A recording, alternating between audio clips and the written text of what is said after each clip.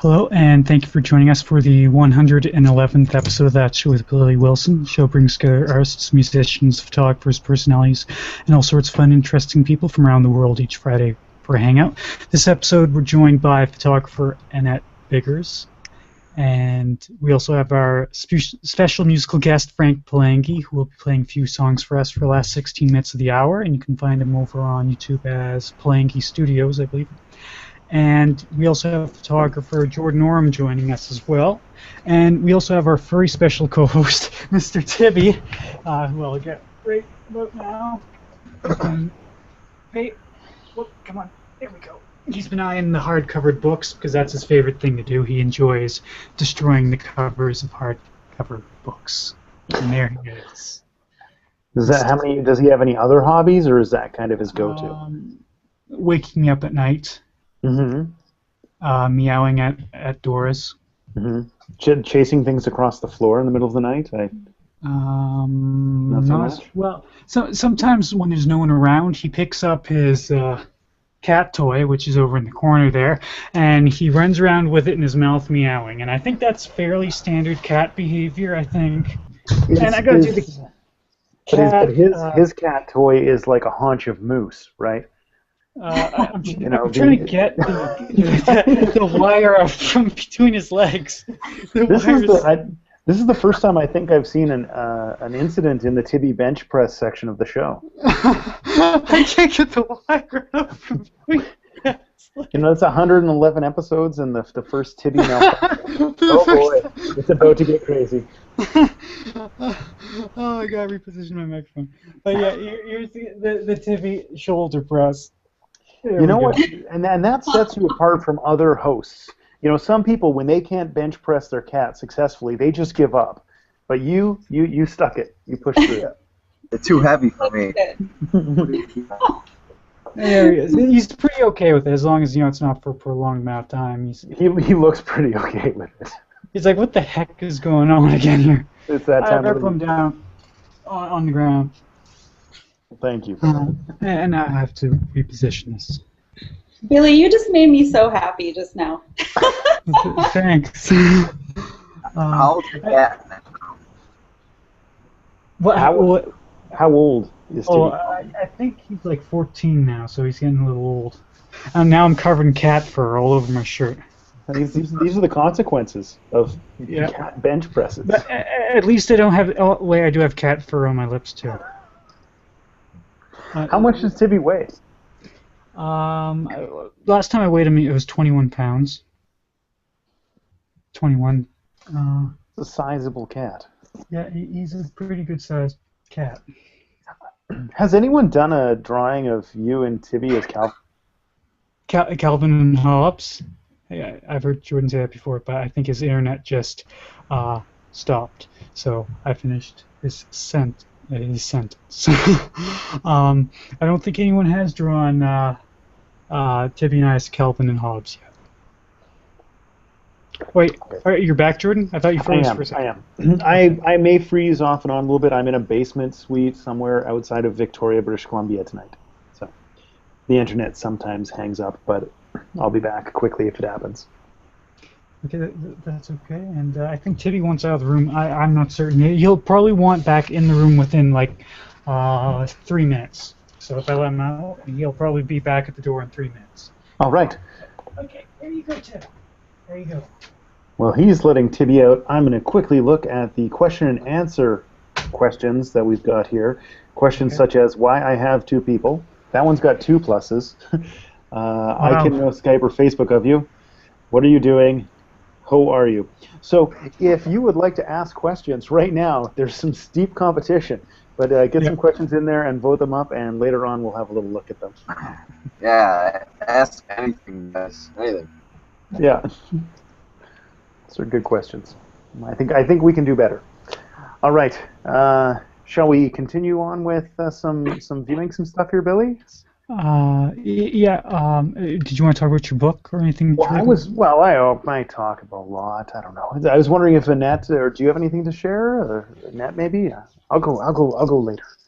Really, I wanted you to go first because I feel Oh, like you have such an exciting life right now, Jordan, and we need to hear about your book and how long it took you to write it and travel across the entire world. Well, it seems like it. It seems like you were okay. traveling for so long and you were Okay. so close to my house, and yet I actually met him. I didn't get to meet you.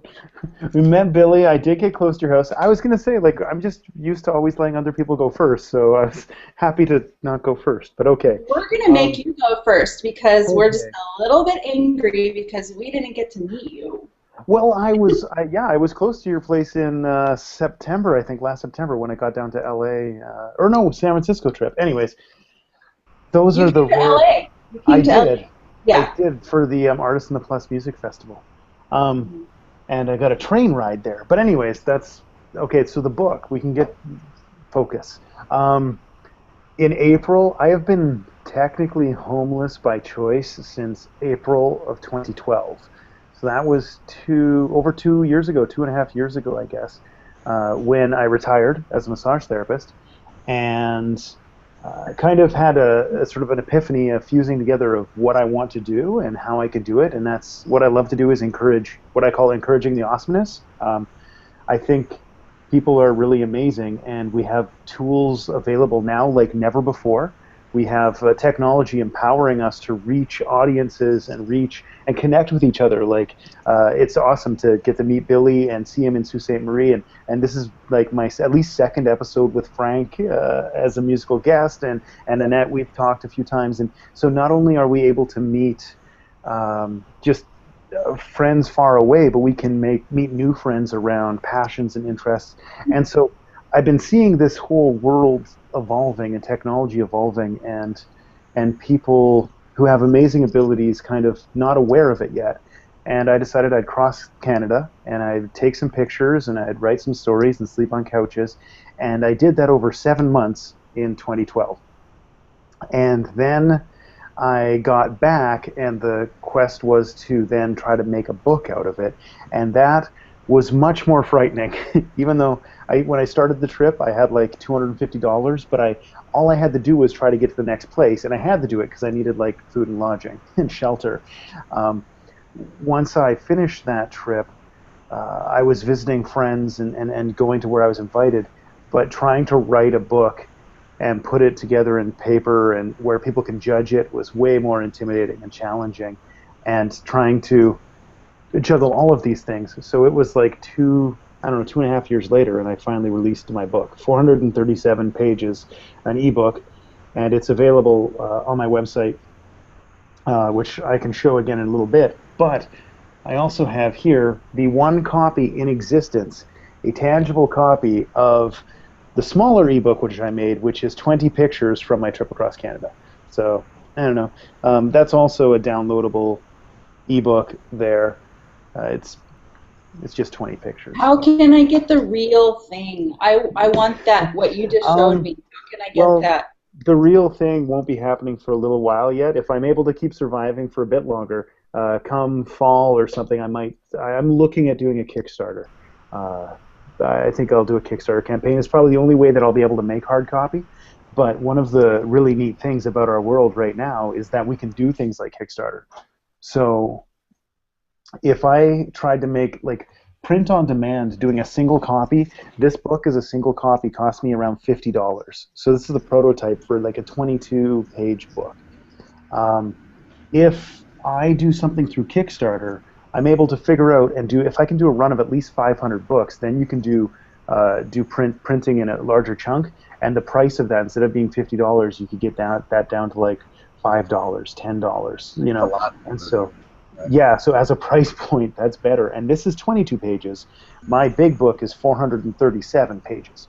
So hard copy for that was going to be like $250 for one copy. But if I can do a run of 500, then I can get that down to maybe $30 a copy. So rather than it being like someone wants a $250 book, you can get down to 30. And that's why Kickstarter is freaking amazing for us who don't have the funds to necessarily just afford to do a run. If you've got an audience of people that want it, you can get an accurate number of how many people you want it, and you can help them. They can basically pay for the printing of their book. It's an incredible mechanism. But I get excited. I'm geeky and weird. I get excited about how our systems and technology are changing, and how it's going to allow us to empower artists. And by artists, I don't just mean like writers and musicians, but scientists and doctors and engineers and people who are pushing to the extreme of what we can do and what they can do. So that's what I get excited about. Jordan, that I had the privilege of reading your book, and the thing that I loved about it is you are a really good writer, for one. You relate to people with such genuine friendship, and it just kind of rubs off on you. That's the one thing I love about your book, is that who you are comes through so well in your writing that when you read it, you get a little bit of that.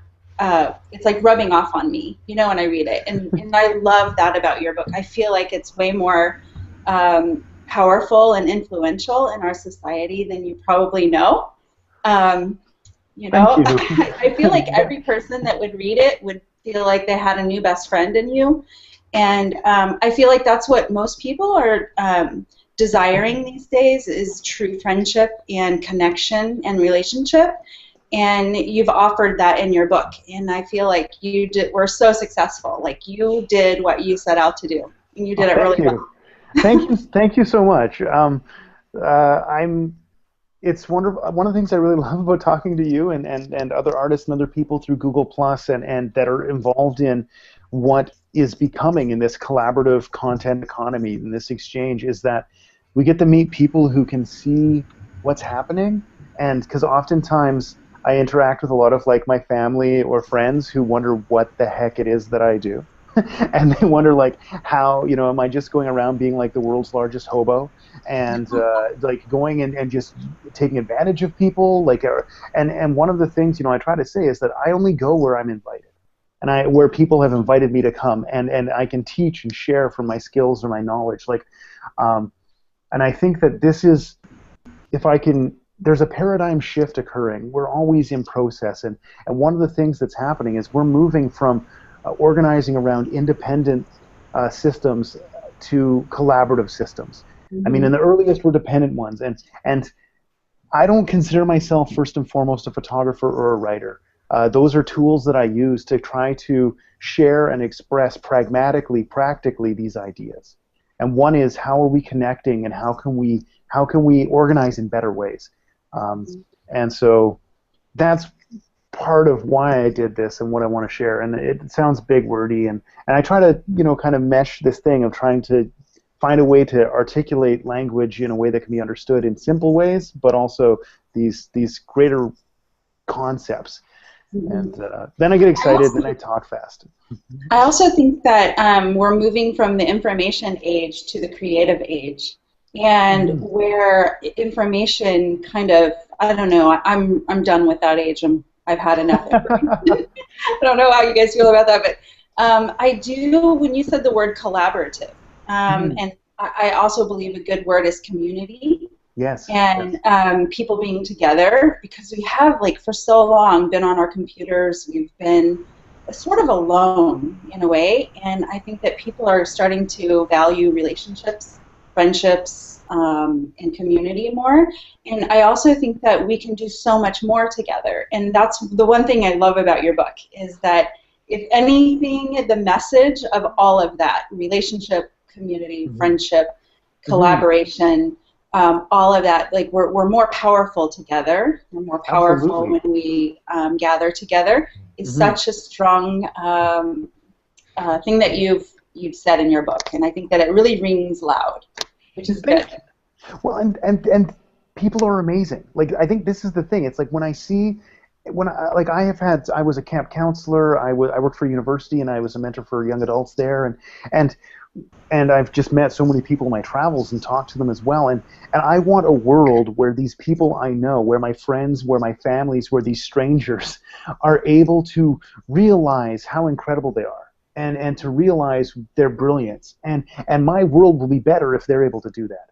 Like, my world will be better if my nieces and nephews could rather than being like going through this high school system right now that we have and learning to be afraid of failure and learning to not try things because people might laugh. Like, there's so many lessons we adopt and internalize growing up that like, one of the big things I love doing is sharing perspectives and better perspectives and saying, like, what might better look like. And you know, we operate on the best we understand, but maybe there's, you know, I've learned that there were some things I thought when I was younger that were not true and were really limiting and kept me safe for a while. But also, as I got older, they had a lot of consequences. So as I learned to step beyond that, like, and have friends kind of help me beyond that, I'm like, yeah, I want to share those ideas. I want to share those stories, and I admit I don't know it all. I don't see it all. And so if you guys have stuff, and you're like, Jordan, you're totally missing that, I'll be like, thank you, you know, and I want to have your back too, and together we can do like freaking glorious things.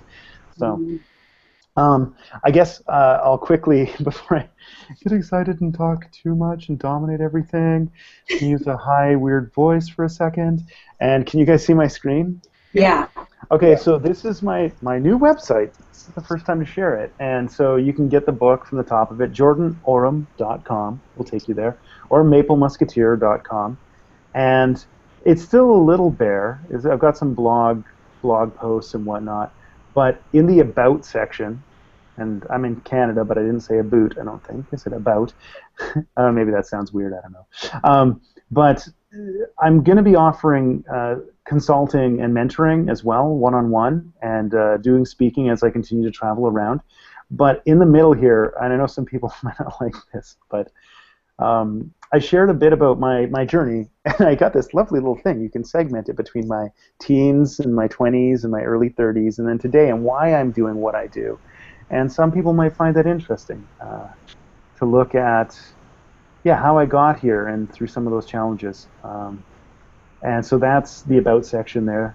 And then I also have a brief mention about the one-on-one consulting that I'll be doing, and how there will be some limited numbers of mentoring, like longer-term mentoring that I'll be offering as available as well. So that's kind of nifty. Yeah. Do you have any questions about that? It looks amazing. Thank you. Thank you. So stressful. I mean, and I think this is the thing. I was talking. I actually had a consultation earlier today, and Carrie Hilgert has just released a video of a painting that she did, and I'm going to find it later. I'm going to post it or share it on my Google Plus and my Facebook stream. But it was her first time filming herself doing a painting. She paints, and she paints beautifully well. And the thing I love about it is that at the beginning, she talks about how she's really nervous. She might not post this video. She might not share this video. Doesn't really know how to make a video. But these are the examples and the friends that we can collect, and we meet here in social media, here on Billy's show. These people that are pushing boundaries, like Frank and you, Annette, and yeah, it's this willingness to learn. And this willingness to say, I'm going to Google that, or I'm going to find people that can help me take a couple steps further. We can bootstrap it. We can move forward on that. And so she just does this amazing painting, and I want to share that because ultimately the biggest thing and what I'm trying to build now in my little phases is I want to build, and I'm building a collaborative production house. I want to feature and highlight the people I've met. And this is where, you know, I've got a Patreon account. Like, there's all of these streams that are coming together. And it's hard to individually lay it all out as a process because we are no longer so linear. It's like we live in this multifaceted web world, and one size doesn't fit all. And we find what works for us, and we build communities that work for us, and that work for each other. And so I'll highlight her, post her thing later on my stream. But then there's a question. Jordan, was there any one place you saw in Canada that was really memorable to you? From Stacy. Hi, Stacy. Canada's a big frickin' country. There are so many incredible places. I can't pick one place I saw. I can't. It wouldn't be fair. There's so many. In the book with the 20 images, it highlights a couple great ones. I could list some off, but I feel bad. I can say that the best moment, I'm going to change your question a little bit, but the best moment, without a doubt for me, the most memorable moment was a photo walk in Toronto with Ron Clifford and a bunch of other Toronto area photographers, Greater Toronto area photographers. That to me is Google Plus. It's this collaborative world. It's community. I pulled into town and got to meet 10, 11, 12 other photographers, and we walked around Toronto for 9 hours taking pictures. And the pictures are great, but the highlight for me is the memory and the moments of meeting and sharing these people who I've seen online since, who I saw online before. Yeah, that was my highlight. Any other questions? It's kind of a weird question, but did you come across any like film productions, like movie productions in Canada?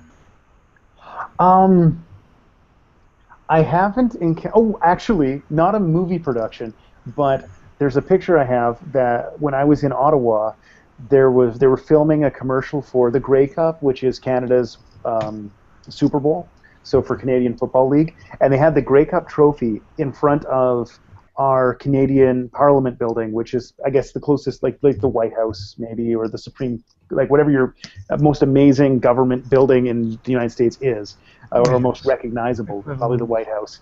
It kind of like, imagine they were filming imagine they were filming a commercial for the Super Bowl, and they had the Super Bowl in front of the White House. So this is Canada, though, so they had the Grey Cup in front of this flame in front of the Parliament building, and there was the film crew, like 2 people with a film camera, and then there was the 2 people who carry it around. That was it. There's no security. This is Canada. And they're like, and they've got it there, and they're filming this little panning scene. And I kind of said, oh, hey, can I take my picture next to that? And they said, sure. And so I sat down, and they took my picture, and then they packed it up, and it went away. And I posted that on Facebook, and then people were just like, this is the most Canadian thing that could happen. It's like Jordan's randomly crossing the country, and he just randomly meets the Grey Cup in front of the Parliament building. And the guy said that it was the first time in years that he'd actually been with the trophy to there. It's not commonly there, and so that was a random moment, kind of film related. Yeah, this is the 437-page book is an overview. like I was 7 months on the road. I took 24,000 photos. I got that down to 430 or something for the book. I got it down to 20 for the small book, but like hopefully what I'm able to do and what I want to do now is release volumes of the sections. And so in each volume I want to feature like the photographers or musicians or people I met. And I did some adventures with different people, so I'd like to release that too, and feature people on my page. And that's kind of, I guess, my big dream. My biggest dream is that I'll be able to get to the point where I can take photographers I know, musicians I know, people who are discovering what they want to do, and just bring them and assemble them as like a team, like in the movie, like when Avengers assemble. I want to get together a group of people and go on trips and kind of quarterback that trip and be like, okay, you, and you, let's go and do awesome things. Like let's get Annette and Frank and Billy and go on a drive up north in northern Canada and shoot the northern lights in the Arctic. And you can sing songs, we can take pictures, and we can write about that. Like these are the kind of things that I would love to get towards doing. So little steps at a time. That's really awesome. Thank you. Do you have any other questions about that? Let's check and see if there's any other questions anyone has asked. Okay, when you look for questions about that, since we still have a chunk of time, I'd like to highlight a service that I found the other day that I think people could really like, and I would love to see their artistry and creativity, because it makes it really easy to take pictures or video and put them into a narrative. So this is called Stellar, Steller. You can get it in the App Store, in the iTunes Store. I think it's only for iPhone right now. But it lets you take pictures and video and text and put them together into a simple story that you can share on Facebook or Pinterest or tweet it out. And you can even embed it on your website if you're sneaky. So I'm going to be doing that later. Well, they have an embed code, but so it's not that sneaky. And so here's an example. In Search of Lions, I did a hike with some friends. I was in Vancouver randomly, and we were going to go for a hike, and one of the guys was going up these mountains, the Lions over top of Vancouver, that you can see from everywhere. And it took us 5.5 hours to hike up the side of this mountain through the forest to get to the top. There's yield signs. There was many banana slugs along the way, and it has a simple font that you can drop in, and you can drag in your photos. It takes video. One of the guys has posted one that was just him playing guitar. It was just like a full thing of a certain amount of song, and you can collect and curate all of these photos and things into a pretty simple story. So that's pretty interesting looking. Yeah, Actually, it's wrote down a note to check that out later if I have an idea. Make one of those with, because it looks like there's a lot of applications, and I'm just like looking at Tibi. Yeah, and this is part of the thing, is that whatever you're doing with your day, I guess I wanna come out of the screen share here for a second. I keep looking in the wrong place. That's where I want to go. I guess if I could leave people with one thought, where are we? Here we go. Oh, hey, I'm back. One of the things that I'd like to make people think about is that nowadays we are all consumers, curators, and creators. And to look at those three terms, and they apply to us, for example, physically. If a simple way of looking at this is physically with our body. Whatever we consume, whatever we eat and take in, we curate in our body, and that will dictate what we create, what we're able to do, how we function. And if we take that and look at that in terms of our social media, our time, our energy, our legacy, what are the ratios set at? Are those things we're happy with? You know, what kind of videos do we watch? What kind of, what do we read? What do we see? So short term, that's where the consumption comes in. That's the short term stuff. But you can go and Google. We can read online. We can learn online. We can hang out with people. So whatever we choose to consume, that is what we collect with our time. That's what we collect and process through the amazing computer, living organic computers of ourselves.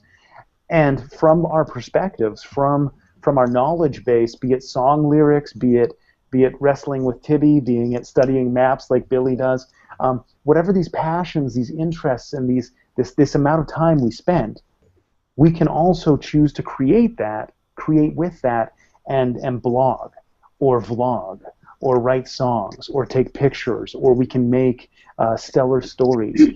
So I want people to learn and hear that they have a story that is valuable, because all of us have an experience where we're going along and we're consuming this stuff. And we can choose what we can consume, and we can choose what we do, and we can take little steps with it. But you all have stories that are so valuable. And like my grandfather passed away last fall, and Billy will remember him from our early hangouts before the show, because I lived at my grandpa's and was helping him out there. And one of the things that made me, I love my grandpa, and he had an amazing story, but he didn't see the value of it. He grew up in a town that was boat access only. There was no road to it. It was up the coastline here. He went to the war. He came back. He was a fisherman and a logger. He was one of these few guys from this community, and he had collected all of these stories his whole life, and he had little rhymes and little ditties he'd composed that he thought, like these throwaway lines that were fun and pithy and witty. And he had these observations of people that he saw, and maybe he wouldn't, he wasn't the person to write them down. He didn't want to do that, but he had them, and they were of value. And you might not be the person that writes stories, but you have a story, and maybe you haven't found what your voice is yet. I think photography is kind of like a new gateway drug to artistry. People have phones and all these stuff, and we like taking pictures, and there's instant gratification. What would it look like to invest a little bit more into photography, or illustration, or writing, or music, or songwriting? What is it that you would like to do with your story, with your time? Because Short term, we post one picture, we write one song, we noodle away at something. Long term, what we do with those little steps will become our legacy. And nowadays, we can go on YouTube and we can watch black and white videos from back in the day, or we can go and we can surf and search something up. We can see the legacy of the people that came before and chose to do stuff. What will the long-term legacy of our lives be? And I don't want to look at my own. Not let other people do that. But when I look at other people, I'm fascinated by, what could they do? What could you do? Like, Frank, I want to see your albums. I want the discography of Frank one day and beyond that. We're not just singular artists either. We have interests. We might write or do photos or other things. Mm-hmm. So.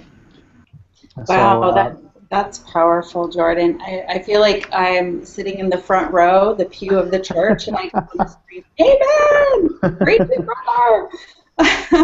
But Well, I was just thinking when you were talking about all of that, the powerful effect that story has played in Rwanda. And I just happened to be leaving for Rwanda on August 8th. This will be my second trip there. And I'm going with Rick Warren. Don't know if you guys know him, but he wrote the #1 bestseller of all history, besides the Bible, called Purpose Driven Life. Mm-hmm. And last year when we went there, the president of Rwanda said that he'll be the first country in the entire world with no orphans. And this is a third world country. It's one of the worst countries in the whole world. As far as just poverty and division, and they don't have a story. They have void lives. It's very sad. But 7 years ago, he asked Rick Warren to come to his country and help him change things. And so they had 1.5 million orphans back then, and now they have I'm guessing roughly around 900 now. And so by the end of this year, they'll be the first country to have no orphans. And that's not from Americans adopting them or Canadians, wherever. It's from Rwandans adopting their own orphans. And that's unheard of in African culture. So anyways, we're going back again on August 8th. And I was going to show you a few pictures of last year's trip that we took. He basically... Pastor Rick, he's Rick Warren to most, but I call him Pastor Rick. He took us to every province in Rwanda, and we. Can you see that picture of him? No, not yet. Where's the screen? Okay, here we go. How's that? Not yet. But yeah. You're probably getting closer. Right there. Nope. So. No. Okay. Hold on. Yep. Screen share, and then you've got to select. I got cat hair in it. Yeah. There we go. Yes. Now we got it. Hey. Okay. So, anyways, so he rented, or he didn't rent it. The government gave us this helicopter, and he flew us to all the provinces of Rwanda. And the very first place we went was the poorest place. And I noticed when I looked around that all of the kids had shoes, and they were all treated with respect, and they had dignity. It wasn't like anywhere else in Africa I've ever been, but the country truly is one of the most prosperous third world countries there is. I've never seen anything like this before.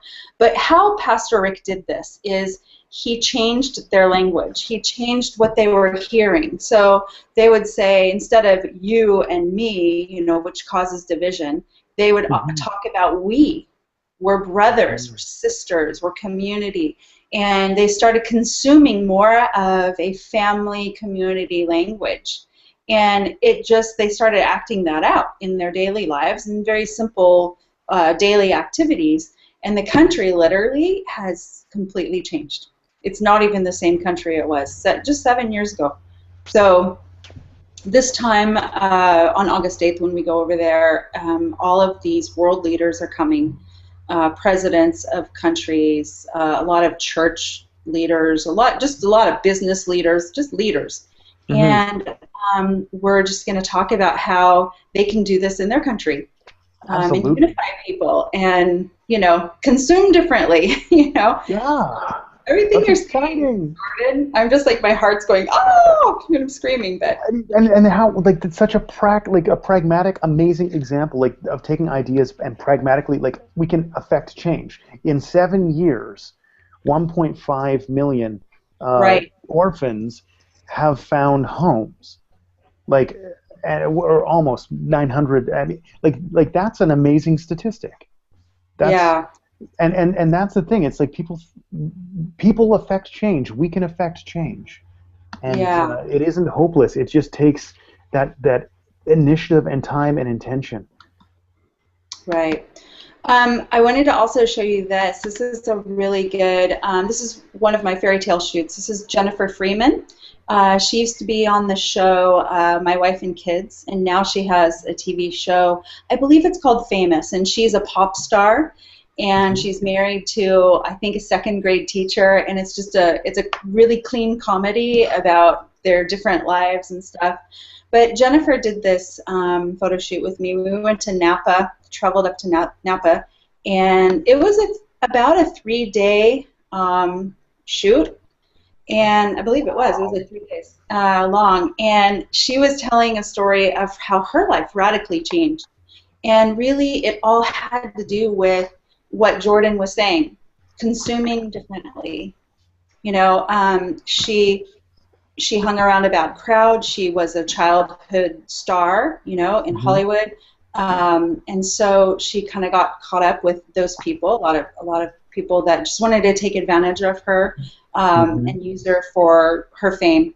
And she started hanging out with the right crowd, and what she's turned into is somebody that is having a dramatic effect in Hollywood, where she's now a person that's offering a genuine friendship, not to use you because you're famous or whatever. She's offering what she desired to have, and so her voice in Hollywood is powerful. It's just really incredible. And so our photo shoot in Napa was just to celebrate that whole change, celebrating who she really is, celebrating her voice, her style, just who she is. And I've never seen her shine so much. I photographed her wedding about 7 years ago. She married an NBA star, and I haven't seen her shine more, than when we went to Napa. And it's because she's just really comfortable being who she is, And I feel like right now in the world, we're being called to live from our hearts and not from other people's opinions of us, and from insecurity. And I feel like a lot of people are living from insecurity, and that's why they do things that we're like, oh, why are they doing that? Why are they living like that? Why are they ruining their whole life? It's because they're searching for identity and security. And when people realize that they're valuable and that they have a story to tell and that they have influence in the world that the world needs, they turn into who they were always meant to be, And they're just comfortable in their own skin, and gosh, everything changes, as you've probably seen, Jordan, and I'm sure Frank. I mean, even when you're writing music, you're touching the hearts of people, and you're getting underneath their skin. You're calling them outside of themselves and validating who they are. I'm sure that you have a major effect on people's lives just by singing. And I don't mean to say just by singing, but just by being who you are, doing what you love to do. You're influencing other people to be who they are. So, anyways. It's like the feel good episode. On that, but Yeah. Since I graduated from high school and university, I felt that a lot of things that I did were because I was insecure in a sense. I think I overachieved in some ways because of insecurity. And since then I've been balancing out a bit more. And lately I've also been seeing a psychologist at the local hospital And one of the things that they're trying to help me with is calming down and having a better self-talk and that, which I have been working on myself. And it's good to also have some professional help as well. Hmm. And I mean, Billy, I've seen. It's been amazing seeing the transformation in your life. We were talking about this the other day, but since back at the beginning of Google Plus, before the show, before all that stuff, when you would join Hangouts, but not necessarily even talk in them so much, but just be there, and then to see you start opening up and talking in it, and then seeing you start hosting the show, and to go between the first episode and this episode, and to see you start a show, host a show, run a show, and end a show. It's wonderful seeing I don't know if I can say seeing you blossom, but it's wonderful seeing you blossom.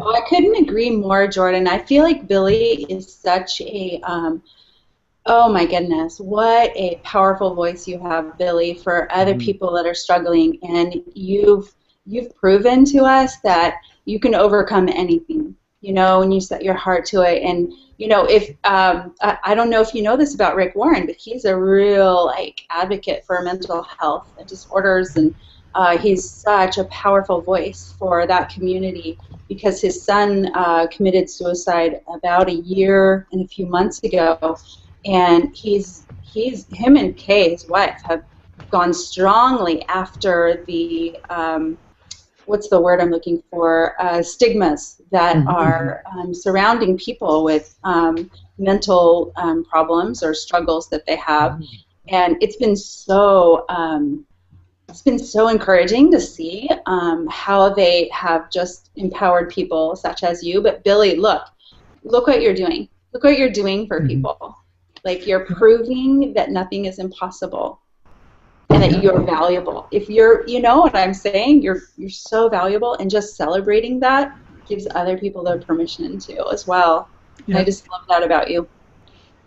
Yeah, that's one of the things. In one of my videos about mental health, one of the strategies I talk about is keeping a list of positive ways to try to think about things, because sometimes when you have depression or you have any issues, you can get on a negative tangent of thought, and a lot of times you can you can replace that with a more positive way to look at things. And one of the things that I mention on it is that by talking about my issues and being there for other people, I'm able to help other people, and that always helps me.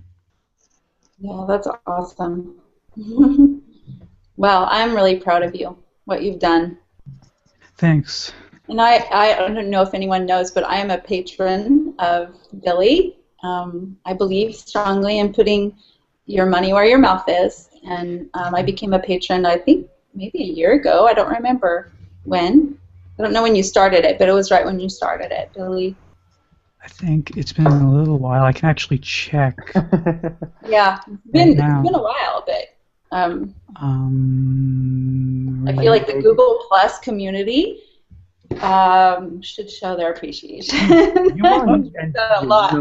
You make what Billy does possible, and I really do need the support. Like, it's how I'm it's what my income is. My income is almost always just 100% what I get off of Patreon, and I'm very grateful for it. And I'm really grateful for you. And and I checked. It's October 16th is when you became a patron, and I'm very grateful for any amount of support that anyone can ever give me. And also, if anyone wants to become a patron, I always have the little patron URL right there. Awesome. /Billy Wilson. If anyone wants to help, and it helps me continue doing my projects, which include the show, mental health video series. Largely lately, I've been working a lot on population data and architecture. I've been collecting and publishing articles on that, and I've been the amount of work I've been doing is intense in that area. I've added hundreds of communities to my data that I have up on my site just this week alone, and I also do photography projects and stuff like that. I go back and forth from different projects from time to time. And that's what I do. And it is about time to get to our musical guest, Frank. And that was a good segue. You did well. That was great. Yay, Frank! I believe you know how to go in studio mode, and everyone else in Hangout, remember to mute when he plays, and then to unmute when he's done, and so that when you clap, it's not silent clapping, so that the audience can actually hear you. Because I don't have the Pro Studio app in the Hangout, unfortunately. So. Yeah, and we'll hand it over to you, and you can be found on YouTube as Palangi Studios, I believe. Yep, Palangi, last Palangi. name. And it's on your and your website's on your lower third right there. Yep. I'm on everywhere, like you guys. The internet's like a huge place, so it's like every little site there is for a musician. I made sure like to sign up for it and put a profile and all that kind of stuff. So I'm just about everywhere. The only thing is, I tell everyone, I go, I'm old school, so I don't have like a fancy iPhone. I don't have one of those phones that you guys were talking about earlier. So I don't even really know what an app is at the time. Mm-hmm. But it's all good. But Artists in the Plus and Billy and stuff were one of the first to kind of introduce me to this whole Google Plus system, because I thought it was kind of like another Facebook type thing, and I was surprised at how much of a community, everyone like shares their stuff, and it was a lot bigger than just like a Facebook or a Twitter. So this stuff it's been pretty cool. I did have two questions from Stacy. One of them was that my lyrics are different, but they're so positive. Do I draw from personal experience? And I think as a singer that everyone should draw from personal experience, or I draw from other people. I've drawn from my friends, from some stories that you guys online have told me, and I try to relate it to something in my life, because if you don't, then you're just kind of singing a song and you don't really relate too much. But yeah, I mean, I try to keep everything positive. I kind of keep subjects. I write about certain subjects, but everything's positive. Even if it's about somebody going through a hard time. Like the first song I'm gonna play is called "I'm Waiting," and I wrote it after my very first bass player who got into drugs.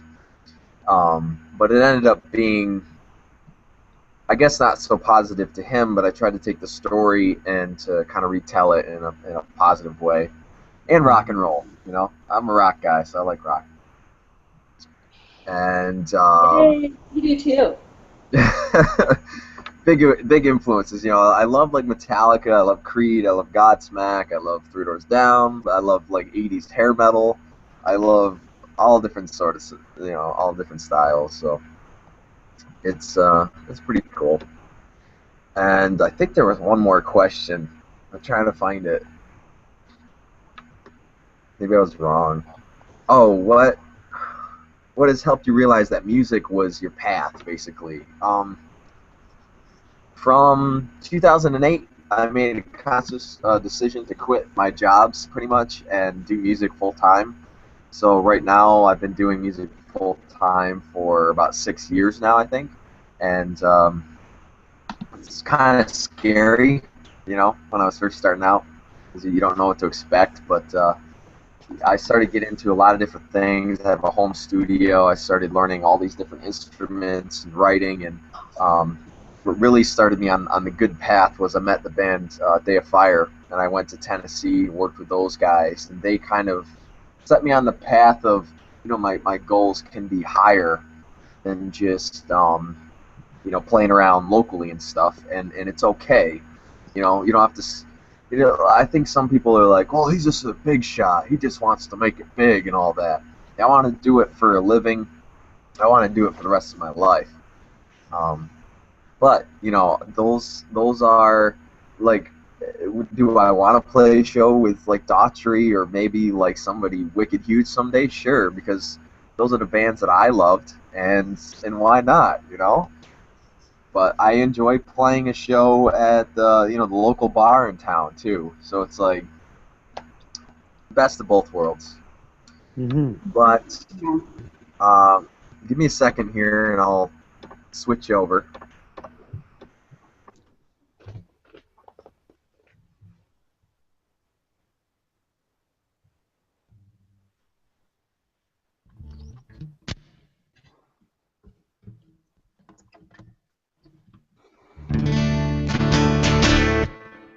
Sound right?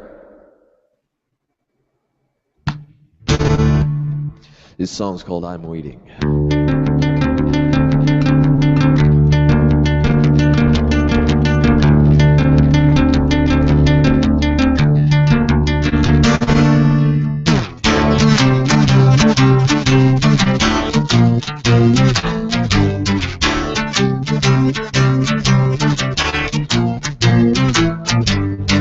You're just afraid for yourself. Every time we talk, you're someone else. Fear is for making a choice that leads to the truth you find. I'm waiting, I'm praying for you to realize what is there for you.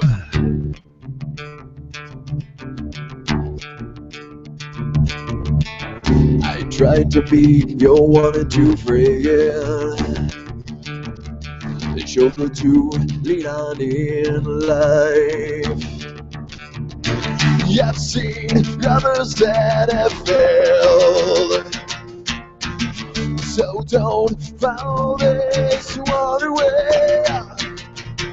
I'm waiting, I'm praying for you to realize what is there for you.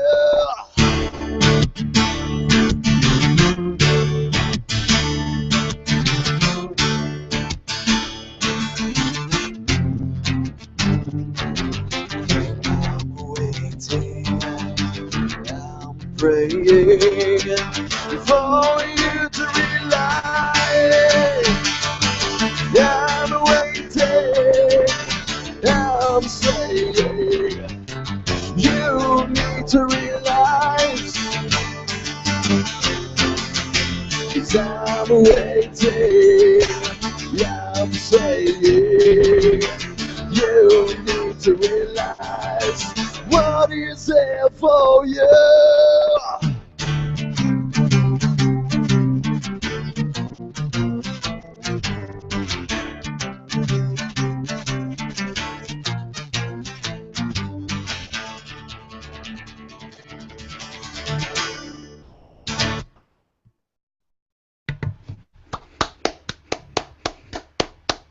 Thank you very much.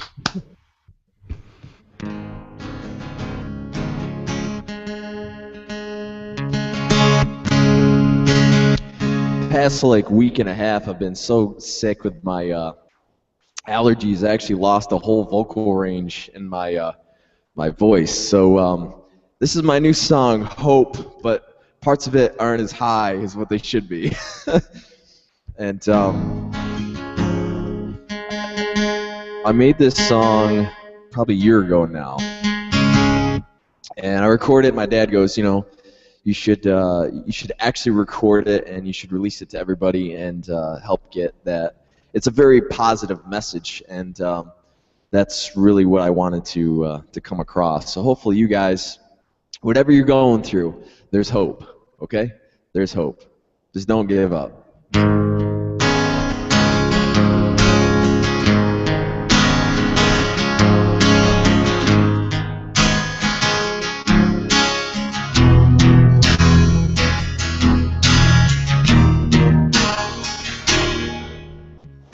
Always know that you're there. Hold on to hope, 'cause I'll see you again. Takes time to grow, to make amends. It all rests on hope that you are spared.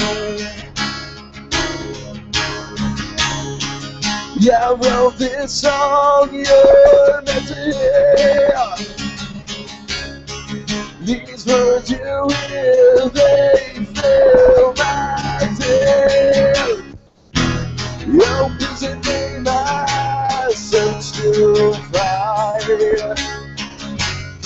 I'll keep praying until you hear my reply.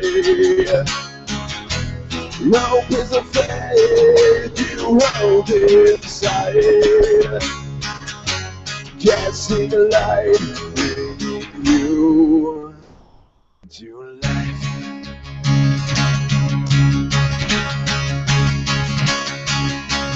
Living on the streets, struggling to survive, fighting on the path, too scared to cry. A simple smile, but a tear in your eye. Without you, without me, face no fears. Hope is a name I search to find.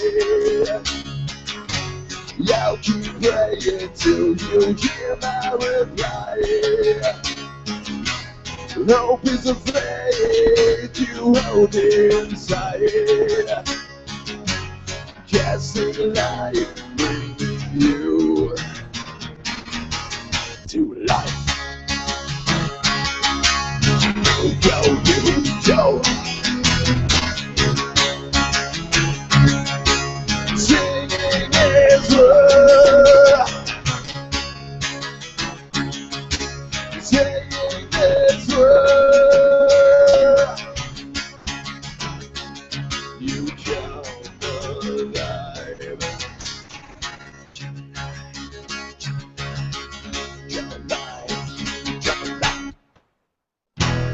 Hope is a name I search to find. I'll keep praying till you hear my cry. Hope is a faith you hold inside.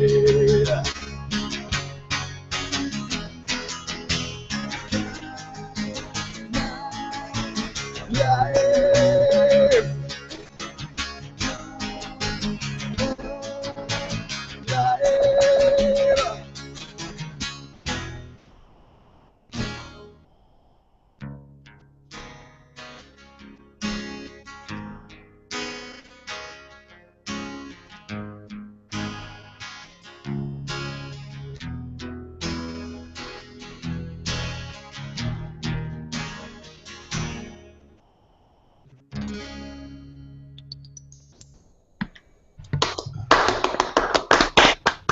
Really, man. Peace out. Thanks for having me again. That's all I got in me today. Okay. That was good. Frank, and it's always great to have you on the show, and it's been about an hour, so it's about time to end the show, and I'd like to thank everyone for watching and for everyone else on the panel, and it's always great to have you on, Annette, and I'm always thankful when you're able to come on as well, Jordan, and you can keep up with my content by following me on Google Plus or subscribe to me on YouTube, and there's links to everyone who is on this panel in the description of the YouTube video or on the event page if you want to know more about the people who were on today. And if you'd like to help support me, my family projects, and Tibby and everything, you can pledge support in the work that I do over on patreon.com/Billy Wilson, and this is how I'm able to survive and make money and actually be able to hopefully save up and buy things, and it helps my family a lot.